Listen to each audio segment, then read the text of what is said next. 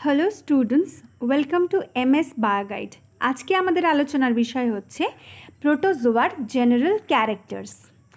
তো এই ভিডিওটা যেটা হচ্ছে প্রোটোজোয়ার জেনারেল ক্যারেক্টার্স সম্বন্ধে যেটা আমরা জানবো সেটা হচ্ছে ক্লাস 11-এর জন্য এবং যারা নিট এক্সামিনেশন দিচ্ছ তাদের জন্য। তো যারা ইংলিশ মিডিয়ামে রয়েছে তাদের জন্য এবং বেঙ্গলি মিডিয়াম উভয়ের ক্ষেত্রে কিন্তু এটা হেল্পফুল, কারণ আমরা প্রত্যেকটা পয়েন্ট ইংলিশে আমরা পড়ব এবং বেঙ্গলিতে সেটার এক্সপ্লেনেশন করে নেব। তো চলো আজকে আমরা পড়ে নিই প্রোটোজোয়ার জেনারেল ক্যারেক্টার্স। তো প্রোটোজোয়ার যে ক্লাসিফিকেশন করা হয়েছে সেই যেটা 5 কিংডম ক্লাসিফিকেশন যিনি দিয়েছেন রবার্ট হুইটেকার, তিনি প্রোটোজোয়াকে যে সেকেন্ড কিংডমটা রয়েছে প্রটিস্টা তার আন্ডারে রেখেছেন। তবে প্রোটোজোয়াকে আবার কখনো মেজর ফাইলা হিসাবেও পড়া হয়, যেমন নন কর্ডেটের আন্ডারে অনেকগুলো মেজর ফাইলা আছে, যেমন প্রোটোজোয়া, পরিফেরা, নিডারিয়া, এভাবে একাইনোডার্মস অবধি যে সমস্ত মেজর ফাইলা রয়েছে সেইগুলোর মতনই প্রোটোজোয়াকে মেজর ফাইলাম হিসাবে পড়া হয়। আবার কখনো কখনো একে সাব কিংডম প্রোটোজোয়া হিসাবে, অ্যানিমাল কিংডমের আন্ডারে সাব কিংডম প্রোটোজোয়া হিসাবে পড়া হয়। তবে বর্তমানে হুইটেকারের দেওয়া যে ক্লাসিফিকেশন সেটাই কিন্তু বেশি গ্রহণযোগ্য।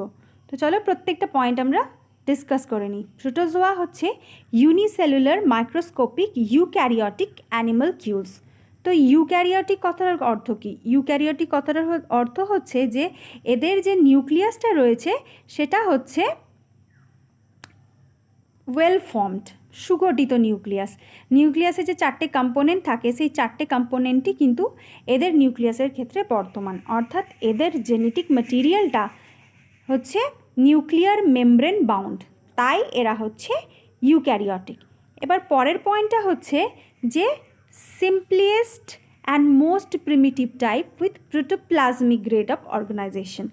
এরা হচ্ছে খুবই সিম্পল ফর্ম এবং এদের কি হয়, প্রোটোপ্লাজমিক গ্রেড অফ অর্গানাইজেশন দেখা যায়। এই প্রোটোপ্লাজমিক গ্রেড অফ অর্গানাইজেশনের অর্থ হচ্ছে যে এদের যে সমস্ত যে অ্যাক্টিভিটিস রয়েছে, ফিজিওলজিক্যাল যে সমস্ত অ্যাক্টিভিটিস রয়েছে সেটা কিন্তু একটাই মাত্র কোষ দ্বারা, যেহেতু এদের বডি বলে একটাই মাত্র সেল থাকে এবং এদের একটাই সেল হওয়ার জন্য এদের সেলের ভিতরে যে প্রোটোপ্লাজম থাকে সেই প্রোটোপ্লাজমের মাধ্যমেই কিন্তু সমস্ত রকমের মেটাবলিক অ্যাক্টিভিটিসগুলো কিন্তু এরা পারফর্ম করে। তো তাই এদের হচ্ছে কি প্রোটোপ্লাজমিক গ্রেড অফ অর্গানাইজেশন দেখা যায়। এই যে পরের পয়েন্টে জানবো যে who first coined the term protozoa, কে সর্বপ্রথম এই প্রোটোজোয়া টার্মটি উত্থাপন করেন? তো গোল্ডফাস সর্বপ্রথম 1817 সালে 1817 সালে হচ্ছে গোল্ডফাস সর্বপ্রথম এই প্রোটোজোয়া টার্মটি উত্থাপন করেন। 1817 সাল সর্বপ্রথম উত্থাপন করেন। তারপরের পয়েন্টে আমরা জানব যে এরা হচ্ছে largest group, third largest group of organism, largest সব থেকে লার্জেস্ট না, থার্ড লার্জেস্ট গ্রুপ অফ অর্গ্যানিজম। এর সাথে সাথে আমরা জেনে নেব যে ফার্স্ট লার্জেস্ট গ্রুপ অফ অর্গ্যানিজমকে, তারা হচ্ছে আর্থ্রোপোডসরা হচ্ছে কি first largest group of organism. তারপরে হচ্ছে সেকেন্ড হচ্ছে মোলাস্কারা হচ্ছে second largest group of organism, আর third largest group of organism হচ্ছে প্রোটোজোয়া। এরপর আমরা জানব যে প্রোটোজোয়াকে সর্বপ্রথম কে আইডেন্টিফাই করেন প্রোটোজোয়ানকে? Anton van Leeuwenhoek was the first person to see protozoa. Anton van Leeuwenhoek সর্বপ্রথম প্রোটোজোয়াকে আইডেন্টিফাই করেন। তিনি অনেকগুলো প্রোটোজোয়াই আইডেন্টিফাই করেছিলেন। তিনি নিজের ফিকাল ম্যাটার থেকে জিয়ার্ডিয়াকে আইডেন্টিফাই করেছিলেন, এছাড়া আরও অনেক প্রোটোজোয়া কিন্তু তিনি আইডেন্টিফাই করেছিলেন। এরপর পরের পয়েন্ট আসবো আমরা যে এদের বডি হচ্ছে কি body bounded or naked, body নেকেডও হবে অথবা bounded by pellicle and often provided with simple to elaborate shells or exoskeleton. তাহলে এদের বডি কি হতে পারে? এদের বডি নেকেড হতে পারে, আবার এদের বডিতে পেলিকল থাকতে পারে। পেলিকলটা হচ্ছে এক ধরনের কাভারিং যেটা খুবই ইলাস্টিক টাইপের হয়। আবার কখনো কখনো কি হয়, ইলাবোরেট সেলস বা এক্সোস্কেলিটন থাকতে পারে। যেমন আমরা দেখতে পাচ্ছি এখানে যে প্যারামেসিয়াম রয়েছে, প্যারামেসিয়ামের ক্ষেত্রে আমরা পেলিকাল দেখতে পাবো। প্যারামেসিয়ামের যে প্রোটোপ্লাজমিক মেমব্রেন রয়েছে তার বাইরে একটা কিন্তু কাভারিং আছে, এই সিলিয়ার ভেতরে যে কাভারিংটা রয়েছে, সিলিয়ার ভিতরে দিকে যে কাভারিংটা রয়েছে এটা আমরা দেখতে পাচ্ছি, সেটা হচ্ছে কি পেলিকাল। পেলিকাল হচ্ছে একটা ইলাস্টিক কাভারিং। এটা কি হয়, এটা হচ্ছে প্রোটোজোয়াকে এক্সট্রা প্রোটেকশন দিচ্ছে। আবার এখানে আমরা দেখতে পাচ্ছি যে এটা হচ্ছে পলিস্টোমেলা। পলিস্টোমেলা হচ্ছে ফোরামেনিফেরান্স, ফোরামেনিফেরা অর্ডার থেকে বিলং করে। এরা হচ্ছে কি এরা হচ্ছে শেলড প্রোটোজোয়া। এদের শেল দেখা যায়, শেলড প্রোটোজোয়া এরা। পলিস্টোমেলা বলা হয় এটাকে, আবার এলফিডিয়ামও বলা হয়। এরা যেখানে পাওয়া যায়, এদেরকে যেখানে পাওয়া যায় সেখানে কিন্তু পেট্রোলিয়াম থাকারও কিন্তু সম্ভাবনা থাকে। এবার পরের পয়েন্ট আমরা আসবো যে single sell body performs all the essential and vital activities. এদের যে একটাই কোষ দিয়ে এরা সমস্ত ভাইটাল অ্যাক্টিভিটিস পারফর্ম করে। এরপর পরের পয়েন্ট আমরা জানবো যে এনসিস্টমেন্ট।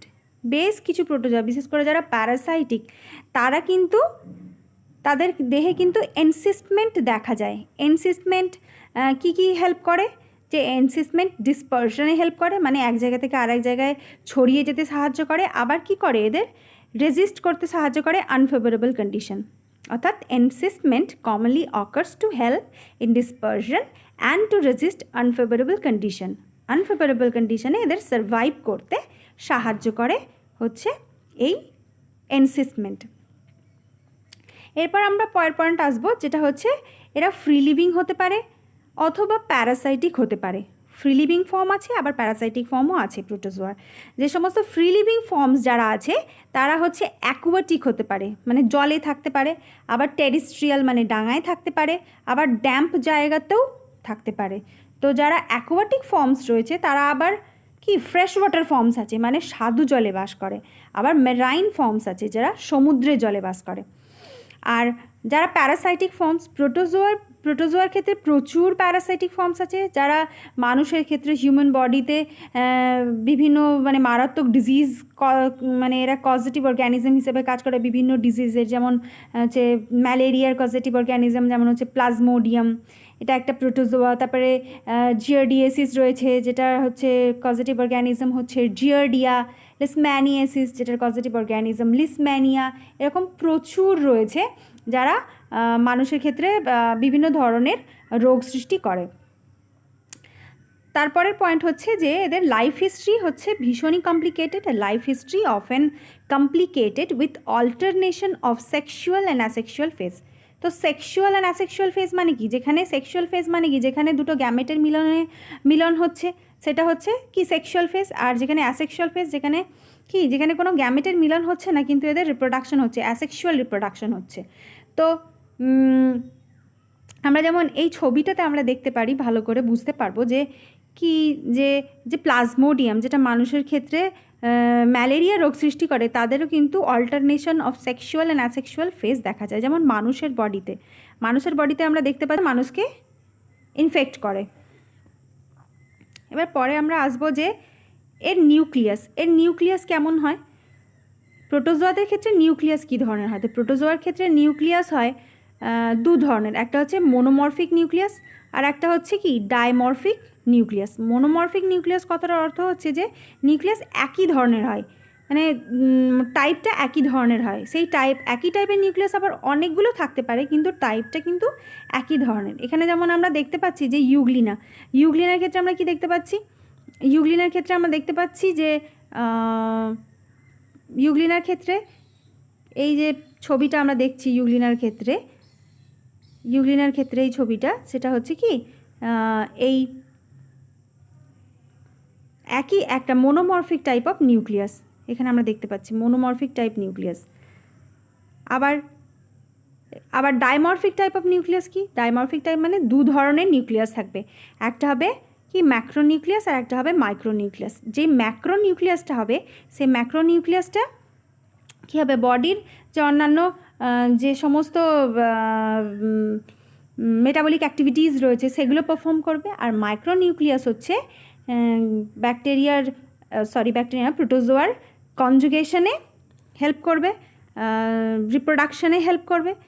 যেমন আমরা দেখতে পাচ্ছি যে এই ছবিটাতে দেখতে পাচ্ছি যে একটা মাইক্রোনিউক্লিয়াস রয়েছে আর একটা হচ্ছে ম্যাক্রোনিউক্লিয়াস রয়েছে।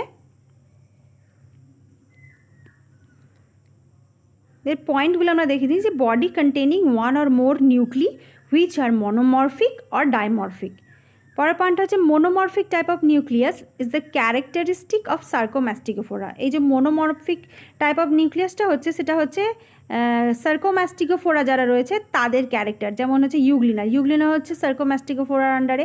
এদের ক্যারেক্টারিস্টিক হচ্ছে কি মনোমরফিক টাইপ অফ নিউক্লিয়াস। আর ডাইমরফিক টাইপ অফ নিউক্লিয়াস হচ্ছে এদের ক্যারেক্টার হচ্ছে সিলিওফোরার আন্ডারে রয়েছে প্যারামেসিয়ামের শরীরে কিন্তু দু ধরনের নিউক্লিয়াস দেখা যায়, একটা হচ্ছে মাইক্রোনিউক্লিয়াস, একটা হচ্ছে ম্যাক্রোনিউক্লিয়াস। এরপর আসবো আমরা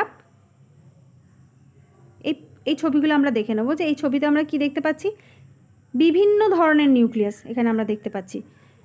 এখানে নিউক্লিয়াসগুলো মনোমরফিক নিউক্লিয়াস আছে, ডাইমরফিক নিউক্লিয়াস আছে। এখানে মনোমরফিক নিউক্লিয়াস হানিকম টাইপের প্যাটার্নে সাজানো রয়েছে।